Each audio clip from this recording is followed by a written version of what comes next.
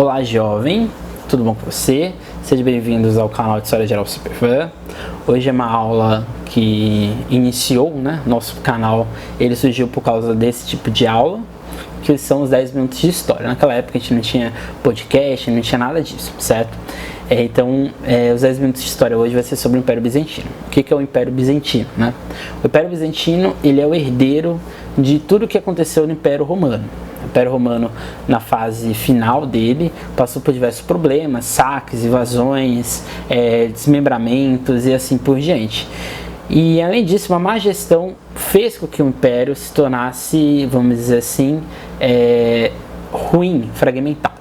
Isso fez com que existisse ou se fragmentou, o Império Romano do Oriente e do Ocidente. O Império Romano do Oriente é esse que vai durar entre 476 até 1453, na região principalmente ali da Turquia, Grécia e assim por diante. O Império Romano do Oriente vai se tornar depois o Império Bizantino. A capital do Império seria Constantinopla, ok? Constantinopla seria hoje Istambul, que fica na Turquia. A capital da Turquia é Ankara, mas Istambul é ainda uma das principais cidades turcas. Então ali no século IV, o Império Romano do Oriente o Império Bizantino vai manter uma continuidade muito grande da cultura romana, principalmente a cultura cristã, que é o que vai herdar principalmente, certo?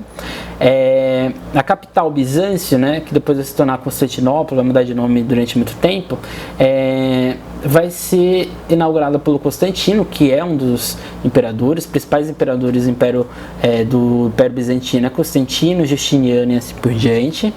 Um dos principais pontos, os principais motivos que fizeram o Império Romano do Oriente ou o Império Bizantino, Império Bizantino, tá gente? Não Império Romano do Oriente não, mas o Império Bizantino se tornar efetivo foi exatamente as rotas comerciais. A gente tem que lembrar que o mar Mediterrâneo ele era uma fundamental para o europeu. As principais cidades marítimas eram Gênova, Veneza e Constantinopla. Constantinopla, ela era a porta de entrada para qualquer região dentro da Europa por área marítima. Então, para você chegar em Marselha, para você chegar em Barcelona, para você chegar nas cidades ali espanholas, francesas, italianas, você tinha que passar por Constantinopla. Então, era uma região de comércio ativo, era um comércio muito forte, principalmente por produtos como trigo, marfim, mel, pimenta, porcelana, canela e etc. Ou seja, produtos que vinham das chamadas Índias. Então essas especiarias e outros produtos mais, além das altas taxas dentro dos portos, fizeram com que a economia do Império Bizantino fosse mais dinâmica do que em relação ao resto da Europa. Então a gente está falando do único império, certo? De toda a Europa que existia, que era o quê? Centralizado. Ok? Então sempre há uma exceção na história também. A religião do Império Romano, do Império Bizantino, era católica até o cisma do Oriente, quando aí sim vai se tornar ortodoxa. E o que foi o cisma do Oriente, Era uma grande questão de cultura. O Império Bizantino, a língua principal era a grega, junto com o latim, mas principalmente a grega. Esses padres, esses bispos, esses clérigos, eles tinham uma visão da religião muito mais distinta do Império Romano do Ocidente, que seria já o Vaticano. Ou seja, os padres, as missas eram celebradas em grego, os padres começaram a adotar barbas, tiveram autorização para casar e assim por diante, mas o que isso? Existia uma aversão, não existia a ideia de idolatria, ou seja, de terem santos e assim por diante. Então assim, as igrejas ortodoxas até hoje, elas são bem diferentes das igrejas católicas. Não há santos, apenas vitrais, alguns muros e uma arte bizantina, que é outro grande legado que vai acontecer. Então o cisma do Oriente, ele vai ocorrer em 1054, que é quando a igreja católica se separa. Então vai ter a igreja católica apostólica romana e a igreja ortodoxa, que é essa igreja do Império Bizantino, ok? Um dos principais legados de tudo que acontecia no Império Bizantino era a arte bizantina de mosaicos, de vitrais, que mostravam de maneira didática à população que era essa religião que estava sendo criada ou se fragmentando. A política era de imperadores, então tinha um império central, só que as mulheres dos imperadores também tinham protagonismos, certo? Então era um governo patriarcal, mas com participação feminina ativa.